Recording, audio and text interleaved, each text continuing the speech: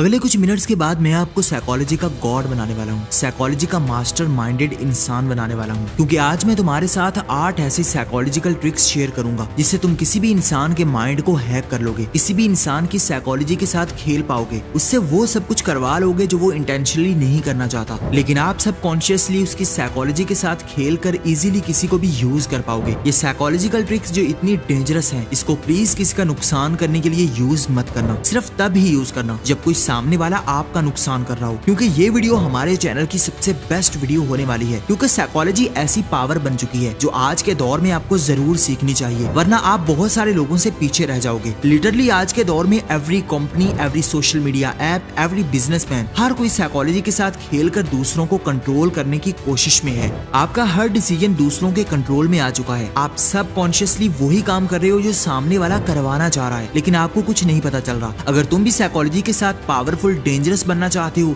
तो ये ट्रिक्स तुम्हारे लिए हैं, लेकिन एक शर्त पर। तुम इस वीडियो को पूरा देखोगे, एक भी पॉइंट को मिस नहीं करोगे, क्योंकि आधा और अधूरा ज्ञान आपके लिए खतरनाक हो सकता है। So let's begin. Number 1, the pause power. हमारे ब्रेन में ये चीज सेट हो चुकी है कि हम अनकॉन्शियसली ऑकवर्ड साइलेंस से बहुत घबराते हैं। जब भी खामोशी होती है तो हमारा दिल फटने लगता है कि आखिर आगे क्या होने वाला है, और यही चीज साइकोलॉजी कहती है, इसको तुम यूज करके खुद को पावरफुल दिखा सकते हो। और ये है पॉज गेम। थोड़ा खामोश रहना, थोड़ा वक्फा लेना, थोड़ा साइलेंस क्रिएट करना, और ये चीज सामने वाले के दिमाग को परेशान कर देती है। अगर कोई इंसान तुमसे बहस कर रहा है, तुमसे आर्ग्यूमेंट करने की कोशिश कर रहा है, और तुम उसकी तरफ देखते हो और थोड़ा खामोश रहते हो, साइलेंट हो जाते हो, उसकी आंखों में देखते रहते हो, तो ये चीज उसको इंस्टेंटली फील करवा देगी कि उसने कुछ गलत कर दिया है, और वो इंस्टेंटली अपने किए हुए काम पर रिग्रेट करने लगेगा। वो डरने लगेगा कि तुम्हारे माइंड में क्या चल रहा है, तुम आगे क्या करने जा रहे हो, और यही चीज तुम्हें ज्यादा पावरफुल बनाती है। अगर तुम किसी से बात कर रहे हो, सामने वाला तुम्हारी बात को अटेंशन ही नहीं दे रहा, तो तुम कुछ टाइम के लिए खामोश हो जाओ, कुछ सेकंड का वक्फा लो। जब वहाँ पर खामोशी होगी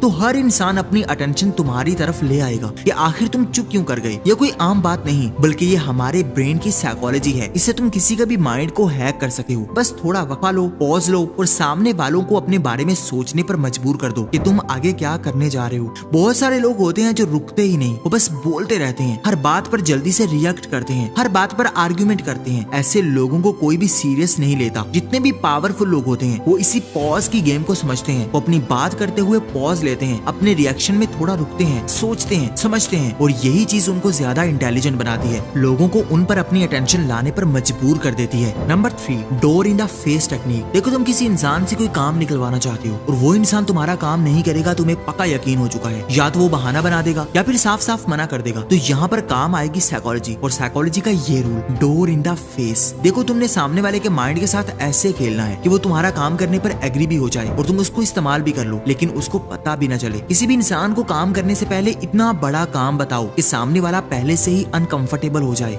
यानी अगर किसी से उधार पैसे लेना चाहते हो तो उससे कहो कि मुझे 50,000 रुपए चाहिए। सामने वाला हंसेगा, मजाक उड़ाएगा कि मेरे पास यार इतने पैसे कहाँ से आए। फिर बोलो कि नहीं नहीं, अगर इतने नहीं तो 1,000 दे दो। अब 50,000 के मुकाबले में 1,000 बहुत छोटा लगेगा, और सामने वाला अनकॉन्शियसली तुम्हारी बात को मानने पर मजबूर हो जाएगा। इस चीज को आम मत समझना, ये खतरनाक टेक्निक है जो बहुत सारे लोग तुम्हारे साथ भी यूज करते हैं। पहले तुमको बड़ा टास्क देते हैं ताकि तुम अनकंफर्टेबल हो जाओ, और जब तुम थोड़ा नॉर्मल होते हो तो साथ ही अपना रियल टास्क तुम्हें मिल जाता है, और तुम अनकॉन्शियसली और बहुत मामूली समझते हुए, माइनर समझते हुए वो काम करने लग जाते हो। अगर किसी इंसान की सैलरी 30,000 हो और तुम उससे जाकर 30,000 ही मांग लो तो वो कभी नहीं देगा। वो कहेगा कि यार तुम पागल हो गए हो। और जब तुम उससे 1,000 मांगोगे तो ऑब्वियसली 30,000 के मुकाबले में 1,000 बहुत छोटा लगेगा, और वो अनकॉन्शियसली तुम्हारा काम कर देगा, तुम्हें 1,000 देने पर राजी भी हो जाएगा। इसे साइकोलॉजी कहते हैं। यानी पहले सामने वाले को इतना बड़ा काम दिखाओ कि वो परेशान हो जाए, और फिर अपना असल टास्क दे दो, उसके सामने रख दो, जिसको बहुत छोटा समझने लग जाए। देखो, इस दुनिया के बड़े बड़े पॉलिटिशियंस इसी साइकोलॉजिकल ट्रिक को यूज करते हैं। लोगों को बड़ी बड़ी प्रॉब्लम्स दिखाते हैं और उसी की आड़ में छोटा सा टैक्स लगा देते हैं ताकि लोग ज्यादा रिएक्ट ना करें और वो समझें कि इससे भी ज्यादा बुरा हो सकता था, लेकिन नहीं हुआ, और वो उस काम को बहुत छोटा समझें और उस टैक्स को बहुत माइनर समझकर पे कर दें। Number 3, choices of illusion. तुम्हारे साथ भी बहुत बार ऐसा होगा कि तुम सोचते हो कि सारा काम तुम खुद कर रहे हो, तुम जो भी डिसीजन ले रहे हो वो तुम्हारे ही अपने माइंड का डिसीजन था। ये चीज तुम्हारे कंट्रोल में है, हर सिचुएशन तुम्हारे हाथ में है, लेकिन असल में तुम्हारे डिसीजन कोई और ले रहा होता है। तुम्हें ऐसे इल्यूजन में फंसाकर अपना काम निकलवाया जाता है कि तुम्हारा माइंड समझ ही नहीं पाता कि ये साइकोलॉजी कितनी खतरनाक है। देखो, अगर तुम सामने वाले को 2 चॉइसेस दो और दोनों ही चॉइसेस में ऐसे फंसा दो कि सामने सामने वाला उन चॉइसेस में जो भी चूज करे इनडायरेक्टली वो वही काम करे जो तुम करवाना चाहते हो। यानी अगर तुम अपने दोस्त को लेकर बाजार जाना चाहते हो ताकि थोड़ी तुम्हारी हेल्प हो जाए और वो इनकार कर रहा हो कि वो नहीं जाएगा, लेकिन अगर तुम उससे कहते हो कि सुनो बाजार जाकर मोमोज खाओगे या पैटीज खाओगे, अब इन दोनों चॉइसेस में वो जो भी चूज करे अनकॉन्शियसली वो तुम्हारी बात पर एग्री हो जाएगा, वो तुम्हारे साथ बाजार जाने के लिए आगे बढ़ जाएगा। तुम उसे मोमोज खिलाते हो या नहीं ये बात की बात है, लेकिन अब के लिए वो तुम्हारे कंट्रोल में आ चुका है, तुम्हारे काम आएगा, वो तुम्हारे साथ बाजार जाएगा। इसी को कहते हैं चॉइसेस ऑफ इल्यूजन, यानी सामने वाले को दो चॉइसेस देना और उसको ये बताना कि सारा कंट्रोल उसी के हाथ में है, वो जो भी चूज करे उसको फुली फ्रीडम है, लेकिन बदले में सारा गेम तुम्हारे हाथ में होता है, पूरा कंट्रोल तुम्हारे हाथ में होता है। तुम उसको कैसे कंट्रोल करोगे ये सिर्फ तुम्हारे माइंड में होता है और वो इंसान समझ रहा होता है कि सारा काम वो खुद कर रहा है, चॉइसेस उसी के हाथ में है। ये इतनी डेंजरस साइकोलॉजी है, इसको सोच समझ कर यूज करना। Number 4, Franklin effect. तुमने ये बात सुनी होगी, कुछ पाने के लिए कुछ खोना पड़ता है, और ये आम बात नहीं, ये साइकोलॉजी में बहुत ज्यादा इंपॉर्टेंस रखने वाली बात है। फ्रैंकलिन इफेक्ट साइकोलॉजी की ऐसी टेक्निक है जिसको तुम सादा जुबान में पूछो तो अपना मतलब निकालना और सामने वाले को सबस बाग दिखाना। सामने वाले को कुछ फायदा दिया जाता है और उसके बदले में उसी का फायदा उठा लिया जाता है। सामने वाले से बहुत प्रॉमिस किए जाते हैं कि मैं तुम्हारे काम आऊंगा, लेकिन बदले में सिर्फ उसी से काम निकलवाए जाते हैं। ये साइकोलॉजिकल ट्रिक इतनी खतरनाक है कि इससे सामने वाले के इंटरेस्ट, सामने वाले की फैंटेसीज के साथ खेला जाता है। अगर तुम किसी इंसान को छोटी सी फेवर देते हो तो ये उस पर कर्ज होता है, वो समझता है कि उसने भी आपका काम करना है और इस कर्ज को उतारना है, और यही असल में साइकोलॉजिकल गेम होती है। अगर तुम इंटेंशनली ये काम करते हो तो तुम मास्टर माइंडेड हो, सामने वाले की साइकोलॉजी के साथ खेलते हो। यानी सामने वाले को लालच दिया जाता है, उसे छोटी सी फेवर दी जाती है और बदले में उससे अपना बड़ा काम निकलवा लिया जाता है। इसलिए अभी से समझदार हो जाओ, इस साइकोलॉजिकल ट्रिक के साथ तुम्हारे साथ भी बहुत खतरनाक गेम खेली जा रही होगी। समझ जाओ, जो इंसान तुम्हें छोटी सी छोटी फेवर देकर अपना बड़ा काम निकलवाने की कोशिश कर रहा हो तो वो आम इंसान नहीं, बल्कि वो साइकोलॉजिकल ट्रिक को यूज कर रहा है।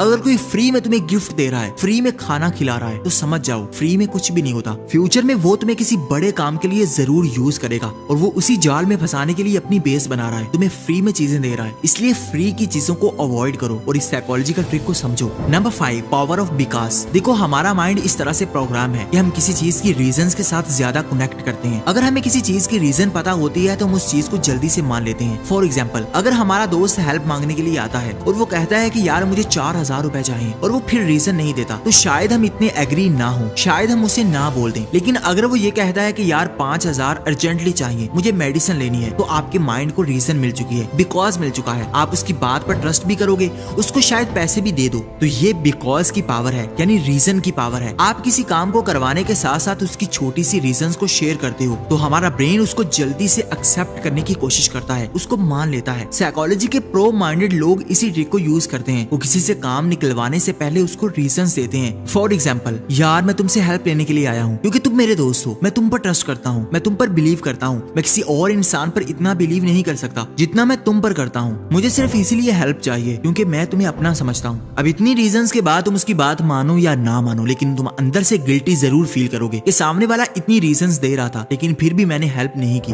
Number 6, multiple choices game. इस साइकोलॉजिकल ट्रिक को रिलेशनशिप में बहुत यूज किया जाता है और शायद तुम यही सुनने के लिए इस वीडियो पर आए हो। अगर तुम किसी इंसान को अपने पीछे लगाना चाहते हो, अपना दीवाना बनाना चाहते हो, वो इंसान तुम्हें इग्नोर करता जा रहा है, तो उसकी अकड़ कैसे निकालनी है, कैसे उसको फील करवाना है कि तुम भी एक इंपॉर्टेंट इंसान हो, तुमको खोना उसके लिए बहुत बड़ा लॉस है। तो इस साइकोलॉजिकल ट्रिक को यूज करो। यानी अगर तुम किसी इंसान से दोस्ती करना चाहते हो, उससे रिलेशनशिप में आना चाहते हो और वो इंसान तुम्हें लिफ्ट नहीं करवा रहा, तो तुमने सिंपली उस इंसान को दिखाना है कि तुम्हारे पास बहुत सारी चॉइसेस हैं। उसके सामने दूसरे लोगों की बातें करनी है, दोस्तों को मेंशन करना है और लड़कियों की तारीफ करनी है कि रिया मेरी बहुत अच्छी फ्रेंड है, प्रिया मेरी बहुत ज्यादा हेल्प करती है। इस चीज से सामने वाला जेलिस होने लगेगा। उसके माइंड में ये चीज जाएगी कि आप एक खास इंसान हो, आपके पीछे और भी लोग हैं। अगर वो आपको खो देगा तो आपकी जगह कोई और ले लेगा। यही चीज सामने वाले को अनकंफर्टेबल करती है और वो ऑटोमेटिकली तुम्हारे साथ अट्रैक्टेड फील करेगी। जिस भी चीज की डिमांड ज्यादा होती है उसकी वैल्यू ऑटोमेटिकली बढ़ती है। अगर तुम सामने वाले को ये फील करवा देते हो कि तुम्हारी डिमांड बहुत ज्यादा है, तुम्हारे पास और भी बहुत सारी चॉइसेस हैं, वो अकेला इंसान नहीं है, तो सामने वाला खुद ही तुम्हारी वैल्यू करने लग जाता है।